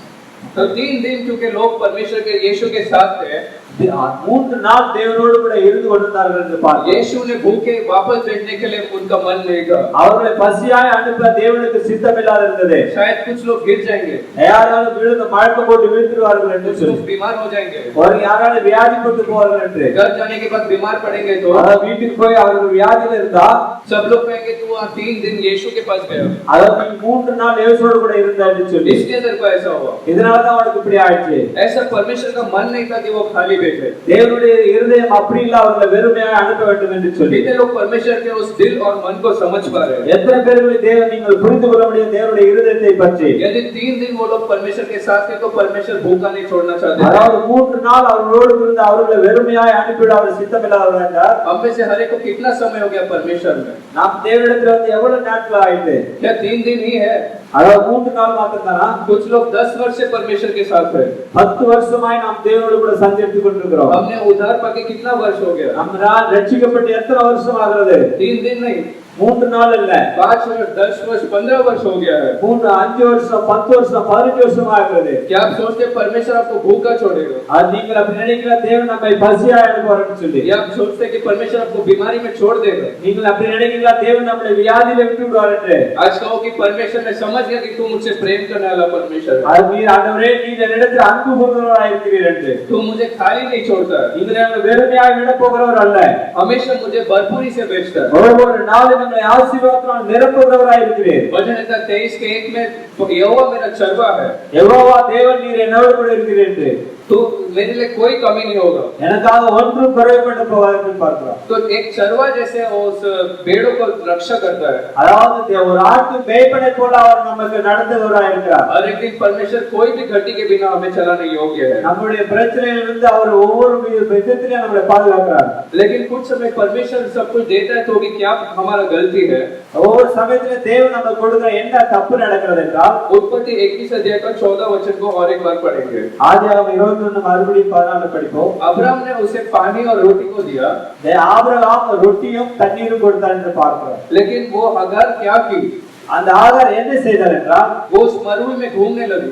அது வனாந்தரத்தை சுற்றி திரியும் போது और अब वो घूमने के कारण क्या हुआ? அதாவது சுற்றி திரியும் போது என்ன ஆச்சுன்னா उसके पास जो रोटी और पानी अब्राहम ने दिया ஆபிரகாம் கொடுத்த அந்த ரொட்டியும் தண்ணீரும் वो खाली हो गया। தீர்ந்து போனது. आज कितने लोग कहते हैं कि मैं हागार की तरह नहीं बनूंगा। நான் ஆகாரை போல நான் பண்ண माட்டேன் ஆண்டவரே. जब परमेश्वर ने उपलब्धि को हमें दिया है, நமக்கு ஆண்டவர் கொடுத்திருக்கிற அந்த இடத்துல उसे आपको व्यर्थ नहीं करना है। அதை நான் ஒரு நாள் வீணாக்க மாட்டேன் ஆண்டவரே.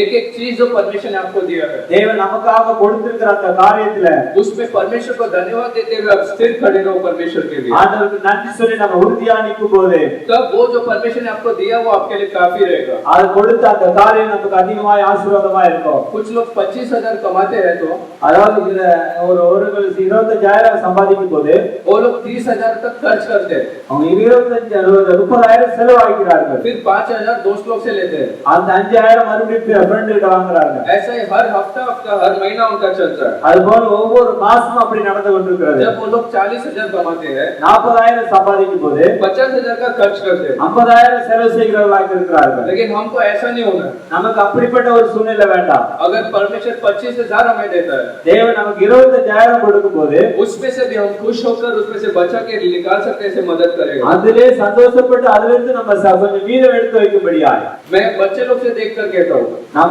சின்ன பிள்ளைகளை பார்த்து சொல்றோம் என்னன்னா, पिता से कभी जबरदस्ती मत करो அதாவது தகப்பனிடத்துல ரொம்ப ஒரு போர்ஸ் பண்ண வேண்டாம்.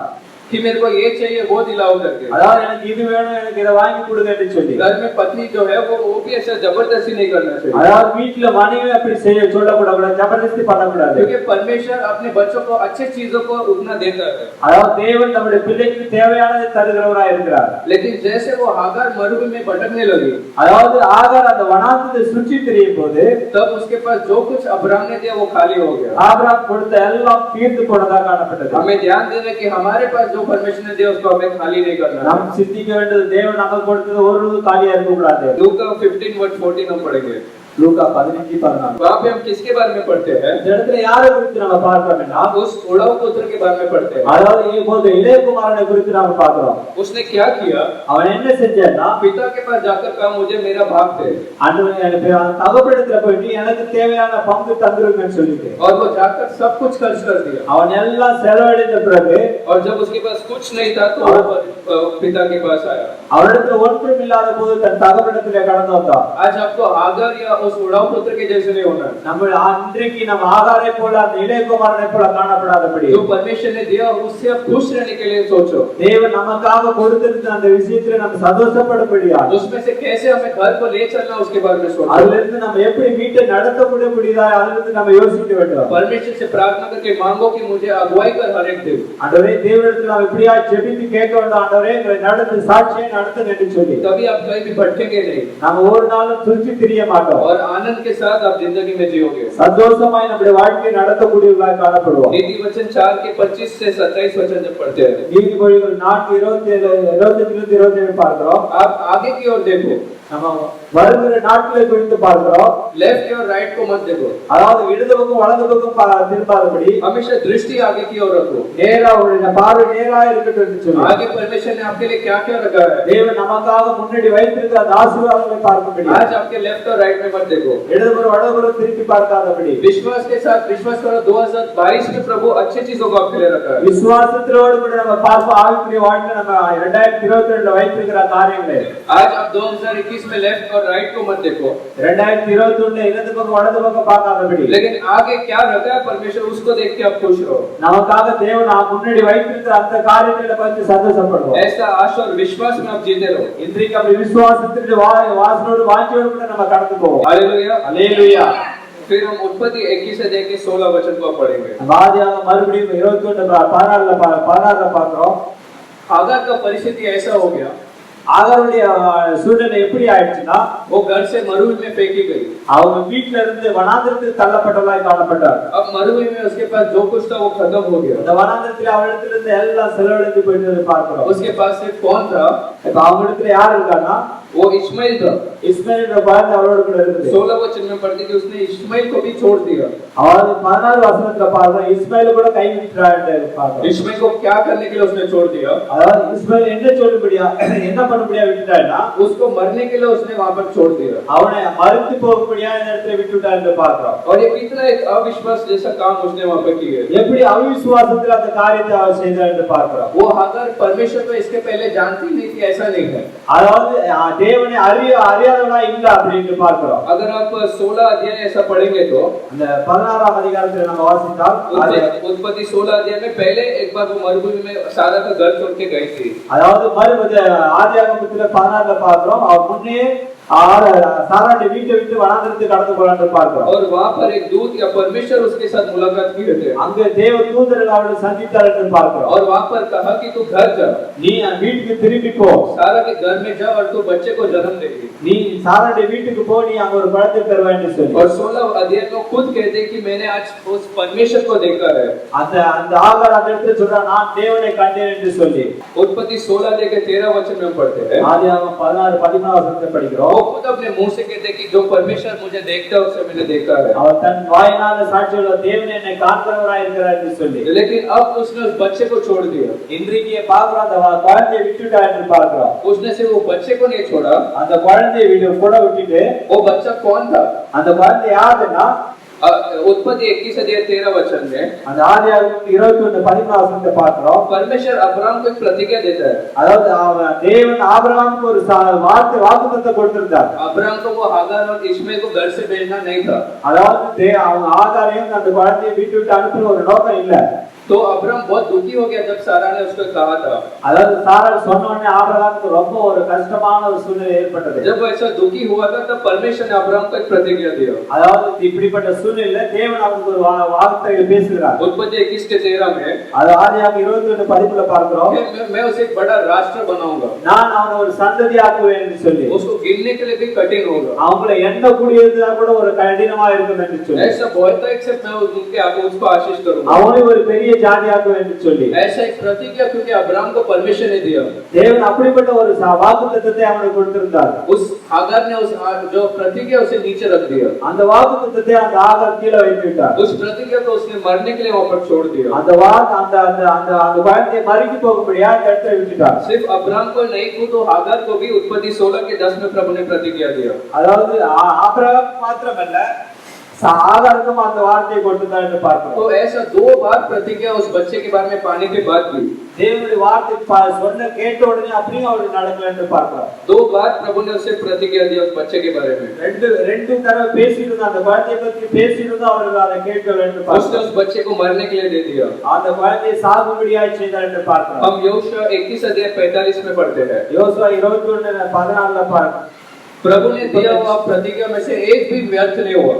தேவன் சொன்ன வார்த்தை ஒன்று வீணாய் போகாது என்று பார்க்கிறோம். कोई भी ऐसा पूरा नहीं हुआ, ऐसा एक भी प्रतिज्ञा नहीं हुआ. ஒரு வார்த்தை நடக்கல என்று அப்படிப்பட்ட ஒரு இதுவுமே கிடையாது. तो प्रभु प्रतिज्ञा से देता नहीं, उसे पूरा कर सकता है. தேவன் அந்த வார்த்தை சொன்னால் அது எல்லாம் நிறைவேற்றுகிறவராய் இருக்கிறார் என்று பார்க்கிறோம். लेकिन कुछ समय अविश्वास इतना हो जाता है हमारे अंदर, நம்முடைய வாழ்க்கையில் அவிசுவாசம் கடந்து வரும்போது, जब परिस्थिति इतना खराब हो जाता है, நம்முடைய சூழ்நிலையில் அதிகமாய் இருக்கும்போது, जब आपको मरुभूमि में आप इतना अकेला हो जाते हैं, நம்முடைய வனாந்திரத்தில் தனிமையாக்கப்பட்ட நிலைமையில இருக்கிறோம். तो हम वो प्रतिज्ञा जो प्रभु ने दिया उसे भूल जाते हैं. தேவனுடைய வார்த்தையை அந்த वचनத்தை நாம் மறந்து போகிறோம். कितने सारे प्रतिज्ञा आपके आत्मिक जीवन में प्रभु ने दिया है. தேவனுடைய நம்முடைய வாழ்க்கையில எத்தனை வாக்குத்தத்த வசனங்களை ஆண்டவர் கொடுத்திருக்கிறார். 2021 के कैलेंडर में कौन सा प्रतिज्ञा मिला? அதாவது 2021ல என்ன ஒரு வாக்குத்தத்தம் கிடைச்சது? 2021 में कितने सारे संडे को वचन के द्वारा आपको प्रतिज्ञा मिला? 2021ல எத்தனை சண்டே மூலம் ஆண்டவர் வாக்குத்தத்தங்களோடு கூட நாம் பேசியிருக்கிறோம். आराधना में कहते हैं कि मैं इस पे विश्वास करता हूं. ஆராதனை நம்ம சொல்றோம், ஆண்டவரே நான் இதை விசுவாசிக்கிறேன் என்று சொல்லி. लेकिन क्योंकि वो प्रतिज्ञा पूरा नहीं होता है, அந்த வாக்குத்தத்தங்கள் நிறைவாய் ஆகலன்னு காரணம், जैसे हागार ने वो प्रतिज्ञा को नीचे छोड़ दिया, அந்த வாக்குத்தத்தத்தை எப்படி ஆகார் கைவிட்டாரோ அது போல वो प्रतिज्ञा मरने के लिए उसने छोड़ दिया. அதனால அந்த குழந்தை சாக போகும்படி செய்தார் என்று பார்க்கிறோம். बहुत सारे प्रतिज्ञा को हम लोग ने भी बहुत दूर छोड़ दिया. நாமளும் வாக்குத்தத்தங்களை விட்டு விடுவதாய் காணப்படுகிறோம். अगर आज कोई पूछे कि आपको कितना प्रतिज्ञा प्रभु के द्वारा मिला, அதாவது நம்ம எத்தனை பேர் சொல்ல முடியும் நம்முடைய ஆண்டவர் மூலமாக கிடைத்த வாக்குத்தத்தங்கள் கிடைத்திருக்கிறது? आप एक दो भी शायद उसको याद नहीं रखते. அது ஒன்று ரெண்டு கூட நம்ம நினைத்து பார்க்க முடியாது. लेकिन आज मैं आपसे कहता हूं, நான் இன்றைக்கு உங்களுக்கு என்ன சொல்கிறேன் என்றால், प्रभु ने दिया हुआ प्रतिज्ञा को आप फिर एक बार याद करो. தேவன் கொடுத்த அந்த வாக்குத்தத்தங்களை மறுபடியும் நினைத்து பாருங்கள். जो कोई प्रतिज्ञा आपको दिया और आपने छोड़ दिया उसे फिर उठाओ. தேவன் கொடுத்த அந்த வாக்குத்தத்தத்தை விட்டுவிட்டால் மறுபடியும் அதை நினைத்து பாருங்கள். इसलिए उत्पत्ति 21 के 18 में प्रभु कहता है. இது ஆதியாகமம் 21:18 பார்க்கிறோம். कोई पढ़ेगा 18 वचन को. யாராவது படிக்கணும்? நீ எழுந்து பிள்ளை எடுத்து அவனை உன் கையினால் பிடித்து கொண்டு போ, அவனை பெரிய ஜாதியாக்குவேன் என்றார். हालेलुया। அல்லேலூயா. आप कुछ समय अपने प्रतिज्ञा को छोड़ देते हैं, நாம் அந்த சில காரியங்களை விட்டு விட போகும்போது लेकिन परमेश्वर जो प्रतिज्ञा दे वो कभी पूरा ऐसा खाली नहीं जाएगा। அவர் சொன்ன வார்த்தைகளை ஒருபோதும் நிறைவேற்றுகிறவராய் இருக்கிறார். वो कहता है तू उस बच्चे को उठा, நீ அந்த குழந்தையை எடுத்துக்கொண்டு मतलब उस प्रतिज्ञा को उठा। நீ அந்த குழந்தையை எடு. विश्वास करो कि आज उस प्रतिज्ञा को जब आप लेंगे, இன்னைக்கு நம்ம விசுவாசம் எடுங்க, நம்ம அந்த வார்த்தைகளை நம்ம எடுக்கும்போது दिया हुआ एक एक प्रतिज्ञा को जब आप विश्वास के साथ पकड़ेंगे, தேவன் நமக்காக கொடுத்திருக்கிற அந்த வாக்குத்தத்தத்தை விசுவாசத்தோடு பிடிக்கும் போது बच्चों के बारे में जो कुछ आपने सोच के रखा था, நம்முடைய குழந்தையை குறித்து நினைத்துக்கிற காரியங்கள், आपके परिवार के भविष्य के बारे में जो कुछ आपने सोच के रखा, நம்முடைய ஃபேமிலியை குறித்து எதிர்காலத்தை குறித்து நினைத்துக் கொண்டிருக்கிற காரியங்கள், वो सब जो आपने छोड़ दिया था, நீ எல்லாம் கைவிட்டு போன நிலைமையில இருக்கிறாய். आज उसे फिर उठा के रख लो, மறுபடியும் அதை எடுத்துக்கொள்ளுங்க. विश्वास के साथ वचन के अनुसार। விசுவாசத்தின் வார்த்தையின் தேவனுடைய வார்த்தையை பிடித்துக்கொண்டு आज जब प्रभु कहते हैं कि आप वो प्रतिज्ञा को पकड़ो, ஆண்டவர் சொல்றார் உங்களுடைய பிடி அந்த சொன்ன வாக்குத்தத்தத்தை நினைவு கூறுங்கள் என்று. प्रभु महान महान काम को करेगा। அவர் பெரிய பெரிய காரியங்களை செய்வார் என்று பார்க்கிறோம். 2022 में जाने से पहले 2022 போறதுக்கு முன்பாகவே एक एक प्रतिज्ञा को आप याद करो, ஒவ்வொரு வாக்குத்தத்தங்களை நினைவு கூர்ந்து பாருங்கள். विश्वास करो कि आने वाले दिनों में प्रभु हर एक को पूरा करेगा। விசுவாசிங்க தேவன் வருகின்ற நாட்கள் எல்லாம் நிறைவேற்றுவார் என்று. हालेलुया। அல்லேலூயா. उत्पत्ति 21 अध्याय 16 वचन में क्या पढ़े? ஆதியாகமம் 21:14 என்ன பார்க்கறோம்னா, वो हागार अभी वहां पर जब बच्चे को सब रख दी थी, वो रोने लग गई। ஆகார் அந்த குழந்தையை வச்சுட்டு அழுது கொண்டிருக்கும் போது कितने लोगों ने ऐसा अनुभव किया, मरुभूमि में रोने वाला अनुभव? எப்படிப்பட்டவங்க நம்ம வனாந்தரத்துல அழுது கொண்டிருக்கிற ஒரு அனுபவத்துல இருக்கிறோம். आज भी जब आपके पास कुछ नहीं है, நம்முடைய வாழ்க்கையில ஒன்றும் இல்லாத நிலைமையில आप भी हागार के तरह रोते होंगे। நம்மளும் ஆகாரை கூட அழுது கொண்டிருக்கிறோம். भजन संहिता 55 के 17 में சங்கீதம் 55:17 பார்க்கிறோம். दाऊद कहते हैं कि मैं सुबह शाम और दोपहर को प्रार्थना करूंगा, தாவீது சொல்றான், நான் அந்தி சந்தி மதிய 3 வேளை நான் ஜெபம் பண்ணுவேன்னு சொல்லி. और प्रभु क्या करेगा? தேவன் என்ன செய்வார்? प्रभु क्या करेगा? தேவன் என்ன செய்வார் என்றால் वो उसे सुनेगा। அதை கேட்டு कितने लोगों ने 55 के 17 को लिया? எத்தனை பேர் சங்கீதம் 55 எடுத்துருக்கீங்க? 17. मैं सुबह शाम और दोपहर को पुकारूंगा, அந்தி சந்தி மதிய வேளை 3 வேளை நான் मैं தேவனை प्रार्थना करूंगा और परमेश्वर सुनेगा। நான் தேவனை நோக்கி ஜெபிப்பேன், ஆண்டவர் கேட்கிறவராய் இருக்கிறார். कितने लोग ऐसा एक अनुभव में रहेंगे? எப்படிப்பட்ட அனுபவத்தில் இருக்கிறீர்கள் என்று. जब आप काम के लिए जाएंगे, நாம் வேலைக்கு கடந்து போகும்போது ट्रेन में जाते जाते एक छोटा प्रार्थना करो, நம்ம போகும்போது சின்ன ஜெபித்து கடந்து போவோம். खाना दिया तो खाना के लिए भी दोपहर को प्रार्थना करो, நம்ம சாப்பிட போகும்போது நமக்கு சாப்பிடுறதுக்கு அந்த சாப்பாட்டுக்காக நம்ம ஜெபம் घर பண்ணுவோம். आने के बाद परिवार के साथ प्रार्थना करो। வீட்டுக்கு திரும்பி வந்து வீட்லோடு கூட எல்லாரோடு கூட நம்ம ஜெபம் பண்ணுவோம். दाऊद के जैसे सुबह शाम और दोपहर को जब प्रार्थना करेंगे, प्रभु आपकी प्रार्थना को सुनने वाला परमेश्वर। தாவீதை போல 3 வேளை ஜெபிக்கிறவங்களா நம்ம காணப்படுவோம். हम सिर्फ रोते और प्रार्थना नहीं करते हैं, நம்ம அழுதுதான் இருக்கிறோம், ஆனா ஜெபிக்க மாட்டோம். हम प्रार्थना सिर्फ नहीं करते हैं, நம்ம ஜெபிக்க ஏன் ஜெபம் பண்ண மாட்டோம்னா, लेकिन प्रभु हमारी प्रार्थना सुनने वाला परमेश्वर है। தேவன் நம்முடைய ஜெபத்தை கேட்கிறவராய் இருக்கிறார் என்று.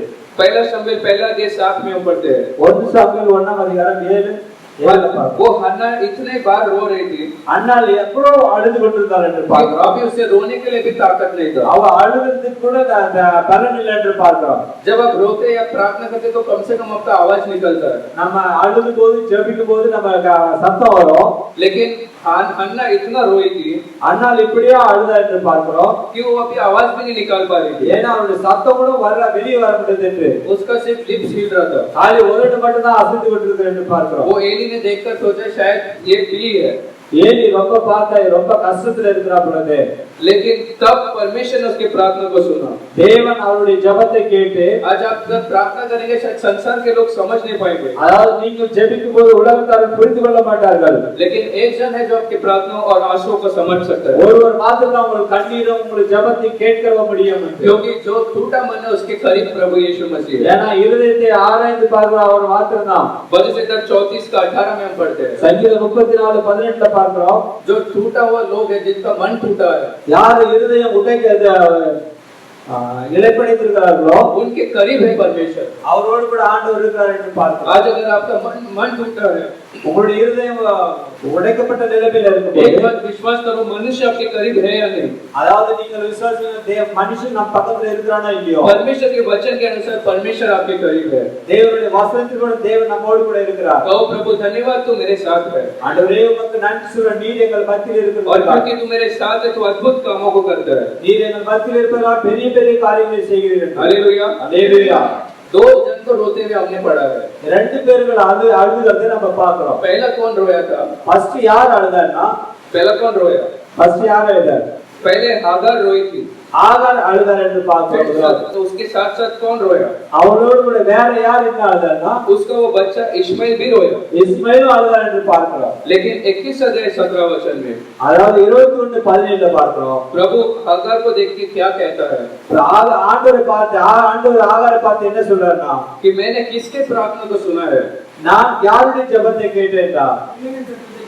प्रभु कहता है कि मैंने बच्चे के आवाज को सुना है। நான் பிள்ளையின் சத்தத்தை கேட்டேன் என்று சொல்றார். कितने लोग विश्वास करते हैं कि परमेश्वर बच्चों के प्रार्थना को भी सुनता है? எத்தனை பேர் விசுவாசிங்க தேவன் பிள்ளைகளுடைய சத்தத்தை ஆண்டவர் கேட்கிறார் இருக்கிறார். इसके लिए घर पे भी ऐसा करो कि बच्चे लोग छोटे उम्र से ही प्रार्थना करने को रखें। நீங்கள் பிள்ளைகளை சின்ன வயதிலிருந்தே ஜெபிக்க கற்றுக் கொடுங்க என்று சொல்லி. क्योंकि अगर आप छोटे उम्र में उन्हें प्रार्थना करने को नहीं सिखाते हैं, நீங்கள் அப்படி சின்ன வயசுல ஜெபிக்க கற்றுக் கொடுக்காத போது जब वो लोग बड़े हो जाएंगे तो वो प्रार्थना नहीं कर पाएंगे। அவங்க பெரியவர்கள் ஆனாலும் ஜெபிக்க மாட்டார்கள். तभी उनका पढ़ाई कॉलेज का लाइफ और सब में वो पीछे हट जाएंगे। அவங்க வாழ்க்கை பெரியவர்களா வளர்ந்து காலேஜ் லைஃப்ல அவர் பின்வாங்கி போனவங்களா वो காணப்படுவாங்க. लोग का परेशानी, लोग का पढ़ाई का टेंशन से वो बिजी हो जाएंगे। அவங்களோட பிரச்சனைனால படிக்கிற பிஸினால அவங்க பின்வாங்கி போய் காணப்படுவாங்க. और प्रभु जो है हमारा बच्चे लोग से प्रेम करने वाला परमेश्वर है। தேவன் நம்முடைய சிறு பிள்ளைகள் மூலமா ஜெபிக்கிறவர்கள் கேட்கிறவரா இருக்கிறார். मरकुस 10 के 13 से 15 वचन में पढ़ते हैं। மார்க் 10:15 13 பார்க்கிறோம். एक दिन कुछ लोगों ने अपने बच्चों को यीशु मसीह के पास लाया।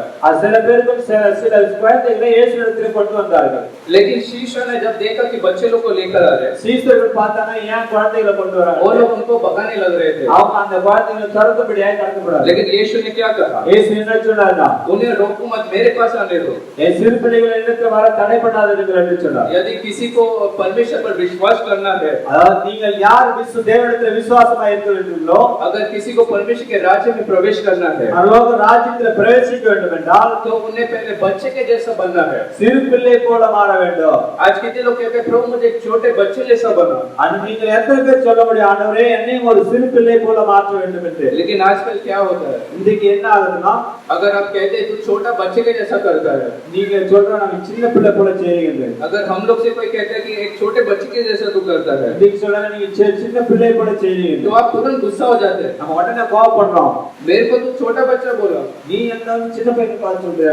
ऐसा कहते हैं। அப்படின்னு சொல்றோம். लेकिन प्रभु चाहता है ஆண்டவர் என்ன சொல்ல விரும்புகிறார்னா, कि आप हर एक को छोटे बच्चे जैसा बनना है। நாம் சிறு பிள்ளை போல மாற வேண்டும். दिमाग से छोटे नहीं होना है, அதாவது அது மூளையினால சின்ன குழந்தையா அல்ல, लेकिन परमेश्वर में आत्मिक जीवन में एक छोटे बच्चे के जैसा होना है। ஆவிக்குரிய வாழ்க்கையில சிறு பிள்ளை போல மாற வேண்டும். क्यों ऐसा प्रभु कहता है? ஏன் அப்படி சொல்றாருன்னா, क्योंकि एक छोटा बच्चा जो है அதாவது சின்ன பிள்ளை என்ன செய்யணும்னா, वो हमेशा अपने माता पिता के ऊपर भरोसा करता है। அதாவது ஒவ்வொரு நாளும் அவங்க தகப்பன் தாயை விசுவாசத்துல வச்சிருப்பாங்க, விசுவாசத்துல இருக்கும். आगे उसका जीवन में क्या होएगा, அவங்க வாழ்க்கையில என்ன ஆகும் என்றால், कल उसके जीवन में क्या होगा, நாளைக்கு என்ன நடக்கும் என்று, कल उसका खाना क्या है, पीना क्या है। அதாவது நான் என்ன சாப்பிடுவோம் என்ன பிடிப்போம் என்று சொல்லி, जब आप छोटे थे क्या आपने ये सब का टेंशन लिया था? நம்ம சின்ன பிள்ளையா இருக்கும்போது இப்படிலாம் நம்ம டென்ஷன் எடுத்துக்கணுமா? क्योंकि आपके घर में आपको पता है आपका माता पिता है उसको देखने के लिए। ஏன்னா இதெல்லாம் பார்க்கிறது நம்ம வீட்ல தகப்பன் தாய் இருக்கிறாங்க. आपको चॉकलेट चाहिए, कुछ भी चाहिए, आप बोलते थे माता पिता को वो देते थे। நம்ம சாக்லேட்னா எல்லாம் தகப்பன் தாய் நம்ம கொடுக்கறவங்களா இருக்காங்க. तो इसलिए छोटा बच्चा जो है हमेशा अपने माता पिता के ऊपर भरोसा करता है। இதுதான் சின்ன பிள்ளைங்க தன் தகப்பன் தாய் இடத்துல விசுவாசத்துல பரோசால இருக்கு என்று वो பார்க்கிறோம். लोग कभी भी चिंता नहीं करते हैं, அவங்க அதற்காக குறித்து கவலைப்பட மாட்டாங்க. सारा जो उनका तकलीफ और जो चिंता है वो सब उनका माता पिता संभालते हैं। ஏன்னா அவங்களுடைய தேவைகள் எல்லாவற்றையும் அவங்க தகப்பன் தாய் சந்திக்கிறவங்களா இருக்காங்க. तीसरी बात, जब कभी वो गलत मार्ग में रहते हैं, गलत काम को करते हैं, அவங்க சில தவறான காரியங்களை செய்யும் போது उनको उनका माता पिता सही मार्ग में चलाते हैं। அவங்க தகப்பன் தாய் அவங்க நல்ல வழியில் நடத்துறவங்களா இருக்கிறார்கள். चाहे उसके लिए कुछ मार भी खाना पड़े, சில பேர் சில பெரும்பாலும் கூட அடிக்க விட முடியும். लेकिन फिर भी वो उनके लिए अच्छे के लिए होता है। ஏன் அப்படி செய்யறாங்கன்னா அவங்களுடைய வாழ்க்கை நல்லதுக்காக. चौथा बात, बच्चे लोग जो है वो बढ़ते रहते हैं। நல்லது நாலாவது என்ன பண்ணணும், அவங்க ரொம்ப அதிக வளர்றாங்கன்னு பார்ப்போம். अगर आप सोचते कि आत्मिक जीवन में मैं बहुत बड़ा हो गया हूँ, நான் ஆவிக்குரிய வாழ்க்கையில பெரிய மனுஷனா ஆயிட்டேன், तो आप परमेश्वर में बहुत ये नहीं, बहुत बलवंत नहीं है। அதாவது நம்ம தேவனுடைய வாழ்க்கையில நம்ம பெரிய பலவான் அல்ல. क्योंकि जब कभी आप वचन को पढ़ते प्रभु आपसे बात करता है, நாம் எப்பெல்லாம் வசனத்தை படிக்கும்போது ஆண்டவர் நம்மோடு கூட பேசுறார். प्रभु आपको सही मार्ग में चलाता है। தேவன் நல்ல வழியில நாம நடத்துறவங்களா वो இருக்கிறார். कहता है कि तुम मुझे पिता करके बुलाओ। நீ என்ன பிதா தகப்பன் என்று சொல்லு அப்படின்றார். आज जब हम एक छोटे बच्चे के जैसे जैसे प्रभु के हाथों में समर्पण करते हैं, நாம் சிறு பிள்ளை போல தேவனிடத்தில் நம்ம ஒப்புவிக்கும் போது हम कल के बारे में चिंता नहीं करेंगे, நாளை குறித்து நம்ம கவலைப்பட மாட்டோம், हम हमारे परिवार के बारे में चिंता नहीं करेंगे, நம்ம குடும்பங்களை குறித்து கவலைப்பட மாட்டோம், हमारे भविष्य में क्या होगा उसके बारे में चिंता नहीं करेंगे, எதிர்காலத்தை குறித்து நம்ம கவலைப்பட மாட்டோம், किसी भी बात का चिंता नहीं करेंगे, எதை குறித்து நம்ம கவலைப்பட और மாட்டோம். हमेशा एक बच्चे की तरह बढ़ते रहेंगे நாம் சிறு பிள்ளை போல நம்ம இருக்குவோமானால் और एक बात पे प्रभु का भरोसा करेंगे தேவனுடைய ஒவ்வொரு வார்த்தைகளை நம்ம விசுவாசிக்கும் போது और उसके आज्ञा का पालन करेंगे। அவருடைய வார்த்தையை நம்ம கீழ்ப்படிந்து நடக்கும் போது अगर एक बच्चा से आप कहेंगे कि तू उसके घर पे मत जा, நாம ஒரு பயத்தை பார்த்து நீ அந்த வீட்டுக்கு போகாத என்றால், या तू ये गलत काम को मत कर, நீ இப்படிப்பட்ட தவறான காரியங்களை செய்யாதே, तो वो तुरंत क्या करता है, அவன் என்ன செய்யறானா अगले बार उसको नहीं करता है। அவன் மறுபடியும் அதை செய்ய மாட்டாரு. तो माता पिता का बोला हुआ बात वो सुनता है। ஏன்னா தகப்பன் தாய் சொன்ன அந்த வார்த்தையை கீழ்ப்படித்திருக்காங்க. एक छोटे बच्चे से प्रभु ने जो कुछ कहा उसका सुनना है हमें। சிறு பிள்ளை போல இன்றைக்கு நம்ம தேவன் சொல்ற அந்த வார்த்தையை நம்ம கீழ்ப்படியும் போது, तो जब हागर और ये बच्चे दोनों रो रहे थे, அப்படி அந்த குழந்தை அந்த ஆகார அழுது போகும்போது प्रभु उस हागर को देखकर कहते हैं, ஆண்டவர் ஆகாரை பார்த்து சொன்னார், मैंने बच्चे का रोने को सुना, நான் அந்த சிறுவனின் அழுது குரலை கேட்டேன் என்று. आज आपके परेशानी में सिर्फ आवाज करके रोना चिल्लाना नहीं, நம்ம அந்த சில பிரச்சனைகளை நம்ம அழுதுக்கு அது ரொம்ப கத்த வேண்டியது இல்ல. रोना और प्रार्थना करने में एक फर्क है। அதாவது அழுகிறது ஜெபிக்கிறது வித்தியாசம் உண்டு. कितने लोग इस फर्क को समझ पा रहे हैं? யாரெல்லாம் இதை புரிந்து கொள்ள முடியும்? आप रोएंगे तो प्रभु सुनेगा उसका पता नहीं, அதாவது நீங்கள் அழுதா தேவன் கேட்பாரா என்று தெரியாது. रोते सब लोग हैं, எல்லாரும் அழுறாங்க, लेकिन प्रभु से प्रार्थना करते हुए रोना है। அதாவது தேவனிடத்தில் ஜெபித்துக் கொண்டு அழுது கொண்டு ஜெபிக்க வேண்டும். ये बच्चा अब्राम के करीब था, அதாவது இந்த குழந்தை ஆபிரகாமோடு கூட இருக்கும்போது शायद उसने अब्राम के से बातें को सीखा रहेगा। அவன் அந்த ஆபிரகாமுடைய அந்த இதை கற்றுக்கொண்டிருப்பான். अब्राम कितना परमेश्वर के विश्वास में था। அது ஆபிரகாம் எப்படி தேவனுக்கு ஒரு விசுவாசமுள்ளவனாய் हर காணப்பட்டிருந்தார். एक बार अब्राम से प्रभु बात करते थे, தேவன் ஒவ்வொரு நாளும் ஆபிரகாமோடு கூட பேசும்போது वो सब उसने अब्राम से सीखा रहेगा और प्रार्थना किया होगा। அவன் எல்லாம் கேட்டு கத்திருப்பான் பார்த்திருப்பான் என்று பார்க்கிறான். आज के लोग कहते हैं कि मैं हागार के तरह सिर्फ रोऊंगा नहीं, நான் ஆகாரை போல அழ மாட்டேன், लेकिन उस बच्चे के तरह प्रार्थना करूंगा। நான் அந்த குழந்தை போல அழுது ஜெபம் பண்ணுவேன். तब आपके मरुभूमि में प्रभु आपके प्रार्थना और उत्तर प्रार्थना को सुनेगा। அவரா மனாந்தரத்தில் நம்முடைய ஜெபத்தை ஆண்டவர் கேட்கிறவராய் இருக்கிறார். हालेलुया। அல்லேலூயா. कितने लोग विश्वास करते प्रभु सुनता है। எப்படி எல்லாரும் விசுவாசிக்கிற ஆண்டவர் நம்முடைய ஜெபத்தை கேட்கிறார் என்று. और कल के दिन मैं घर में गया था, நான் நேற்று தினத்துல ஒரு வீட்டுக்கு கடந்து போகும்போது वहां पर एक भाई थे जिनको 15 साल से बच्चा नहीं हुआ। அங்க ஒரு சகோதரர் 15 வருஷம் குழந்தை இல்லாம இருந்தது. 15 साल से बच्चा नहीं था, वो कितना परेशानी में रह रहे हैं सोचो। அவங்க 15 வருஷம் குழந்தை எவ்வளவு ஒரு கஷ்டமான சூழ்நிலை இருப்பாங்க நினைத்து பாருங்க. वो लोग डॉक्टर से भी फॉलो कर रहे थे, அவங்க எல்லா டாக்டர்ல பார்த்து கொண்டு இருக்காங்க. डॉक्टर लोग ने कुछ समय कुछ स्कैन रिपोर्ट टेस्ट सब कराया, டாக்டர் என்னெல்லாம் ரிப்போர்ட் எடுத்துச்சோ எல்லாத்தையும் எடுத்து பார்த்துருக்காங்க. उसमें कितना पैसा उन्होंने खर्च किया, எவ்வளவு பணங்களை செலவழித்திருக்கிறார்கள். अंत में एक वर्ष के पहले उन्होंने उन भाई से कहा, ஒரு வருஷத்துக்கு முன்னாடி நான் சொன்னேன், वो डॉक्टर ने उस भाई से कहा, அந்த டாக்டர் அந்த சகோதரரை பார்த்து சொல்லிருக்கிறார், तुम लोग इतना सारा टेस्ट कर रहे हैं लेकिन कुछ नहीं हो रहा है, அதாவது நீங்க இவ்வளவு நாள் டெஸ்ட் பண்ணிருக்கீங்க ஆனா ஒண்ணும் ஆகலன்னு சொல்லி, अभी तुम लोग लास्ट एक IVF करके प्रोसीजर करना पड़ेगा। இந்த ஐவிஆர் ஒரு ப்ரோசஸ் பண்ணனும்னு சொல்லிருக்காங்க. वो प्रोसेस कोई लैब में होने वाला प्रोसेस है, அது வந்து ஒரு லேப்ல ஆகக்கூடியதா இருக்கும். उसके लिए आपको 3 लाख 3.5 लाख का खर्च होगा। அதுக்காக 3 லட்சம் செலவாகும் என்று. वो 3.5 लाख खर्च होने के बाद 50-60 हजार और खर्च होएगा। அந்த 3 லட்சம் செலவான பிறகு அதுக்கு அப்புறம் ஒரு 50,000 60,000 செலவாகும் என்று. आप लोगों को तो मालूम है डॉक्टर अगर इतना बोलता है उसके ऊपर भी कितना खर्च होएगा। அதாவது டாக்டர் இப்படி சொல்றாங்கன்னா அதுக்கு மேல எவ்வளவு खर्च ஆகும் உங்களுக்கு தெரியும். 5 लाख के लगभग खर्च होएगा करके डॉक्टर कहे थे। அதாவது குறைந்தது 5 லட்சம் செலவாகும் என்று சொல்லியிருக்கிறார். सितंबर में वो डॉक्टर ने ऐसा कहा, செப்டம்பர் மாசம் டாக்டர் இப்படி சொன்னதுன்னு और वो लोग फिर बाद में निराश होकर बोले कि अब हम आगे कोई भी टेस्ट नहीं करेंगे। அவங்களுக்குள்ள ஒரு சோர் வந்துச்சு, இனி நம்ம ஒரு டெஸ்ட் எடுக்க வேண்டாம்னு उस दिन उस डॉक्टर ने उनका चिट्ठी को भी फाड़ दिया था गुस्से से, அவங்க அந்த நாள்ல அந்த டாக்டர் எழுதி கொடுத்த அந்த ரிப்போர்ட் எல்லாம் கிழிச்சு போட்டாரு பார்க்கலாம். और डॉक्टर ने बोला आगे से तुम लोग मेरे पास टेस्ट के लिए मत आओ, நீங்க எனக்கு மறுபடியும் அந்த டெஸ்டுக்காக வர வேண்டாம். आपको अगर बच्चा चाहिए तो 5 लाख देके वो टेस्ट वो प्रोसीजर लैब वाला करना पड़ेगा। உங்களுக்கு குழந்தை வேணும்னா 5 லட்சம் கொடுத்தாதான் அந்த லேப்ல வந்து செய்வாங்க. लेकिन वो रात को लोग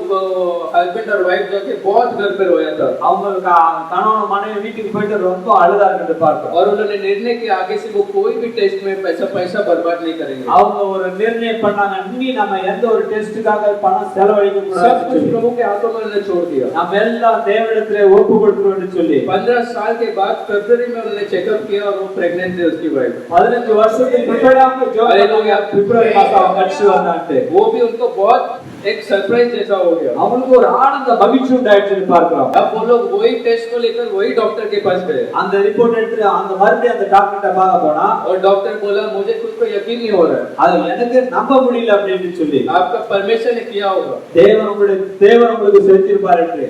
और पिछले हफ्ते को उनका डिलीवरी हुआ था அதாவது கடந்த வாரம் தான் ஒரு குழந்தை பெற்றெடுத்தார். और कल जाके मैं उस बच्चे को भी देख के आ पाया। நான் வீட்டுக்கு இருந்தபடி அந்த குழந்தையை பார்க்கும்படியா तो परमेश्वर हमारे प्रार्थना को सुनने वाला परमेश्वर, தேவன் நம்முடைய ஜெபத்தை கேட்கிறவராக இருக்கிறார். मनुष्य चाहे कितना भी मजाक उड़ाए, அதாவது ஜனங்கள் எவ்வளவுதான் கிண்டல் கேலி செய்தாலும் निरंतर आप विश्वास करते रहो, அந்த ஒவ்வொரு நாளும் விசுவாசத்தில் நிலைத்திருக்க வேண்டும். प्रभु हमारे प्रार्थना का उत्तर देगा। தேவன் நம்முடைய ஜெபத்துக்கு உத்தரவு பதில் கொடுக்கிறவராக இருக்கிறார். फिर हम पढ़ते कि परमेश्वर ने हागार को क्या जवाब दिया।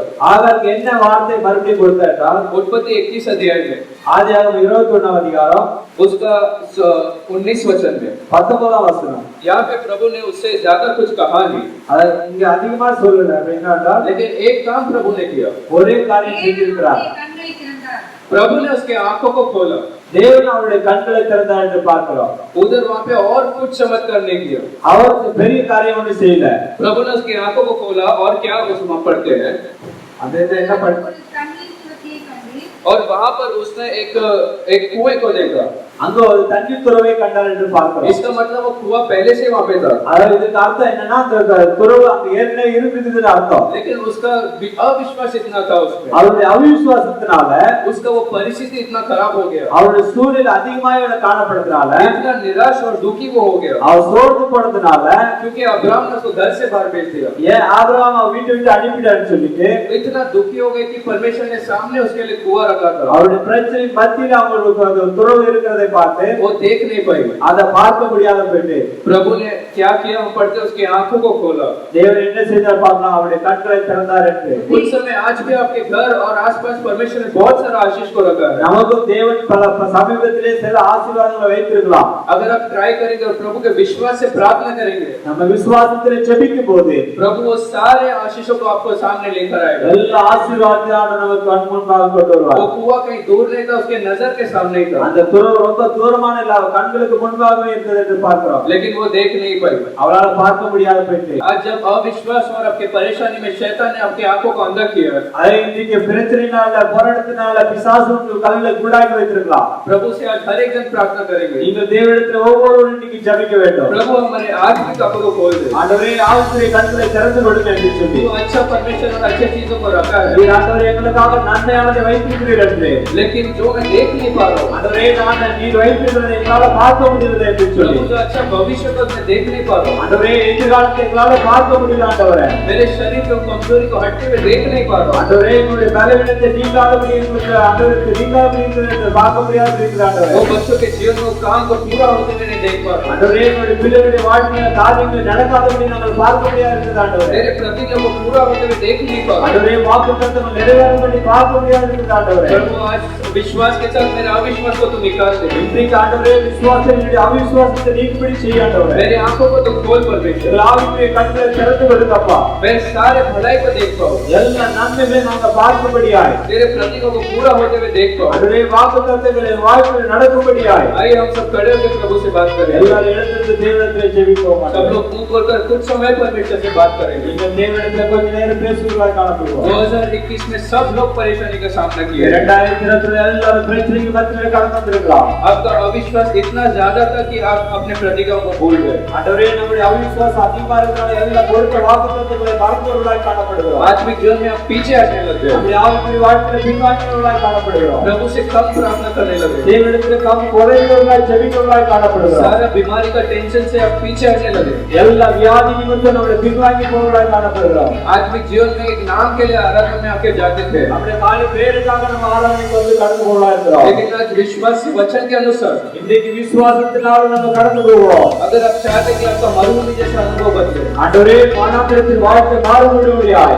तो प्रभु के वचन के पीछे चलो, தேவனுடைய வார்த்தைக்கு நாம் பின்பாக நடந்து போவோம். प्रभु को याद करो, தேவனை நினைத்து கடந்து போவோம். क्योंकि प्रभु आपको आशीष देना चाहता है। தேவன் நமக்கு ஆசீர்வாதத்துக்காக வைத்திருக்கிறார். तो अपने आत्मिक आंखों को खोलने के लिए प्रभु से प्रार्थना करो। ஆவிக்குரிய கண்களை திறக்கும்படியா நாம் ஜெபம் பண்ணுவோம். कहो कि प्रभु मेरे आत्मिक आंखों को खोल, ஆண்டவரே ஆவிக்குரிய கண்களை திறந்துட்டாங்கப்பா. तूने रखा आशीषों को मैं देख पाऊं, ஆண்டவரே நீர் எங்களுக்காக வைத்திருக்கிற ஆசீர்வாதத்தை பார்க்கும்படியாய் मदद करती हुई मेरे मरुभूमि में भटकूं नहीं। ஆண்டவரே நீர் எங்களுக்கு உதவி செய்ய வளாகத்தை நாங்கள் நிலைத்திராதபடியே जो कुछ तूने दिया उसमें मैं खुश रहूंगा। ஆண்டவரே நீர் கொடுத்த ஆசீர்வாதத்தை சந்தோஷத்தினால் நிரப்பும்படியாய் मैं तेरे लिए योग्य जीवन को जीऊंगा। நான் உங்களுக்காக ஒரு யோக்கியமான ஜீவிக்கும்படியாய் ஆண்டவரே सब लोग आवाज करके मुंह खोलकर बात करेंगे। நீங்க தேவனிடத்தில் சத்தமாய் சொல்லுங்க ஆண்டவரே. प्रभु से कहो, प्रभु प्रार्थना को सुनने वाला परमेश्वर है। தேவனிடத்தில் பேசுகிற ஆண்டவர் ஜெபத்தை கேட்கிறவராய் இருக்கிறார். प्रभु सिर्फ रोने को नहीं, प्रार्थना रोने को सुनने वाला அந்த परमेश्वर है। ஆழ்ந்து ஜெபிக்கக்கூடிய ஜெபத்தை கண்ணீரை காண்கிறவராய் இருக்கிறார். प्रभु 2021 अब पूरा होने वाला है। ஆண்டவரே இந்த 2021 முடிய போகிறது ஆண்டவரே. प्रभु 2022 को तू मेरे लिए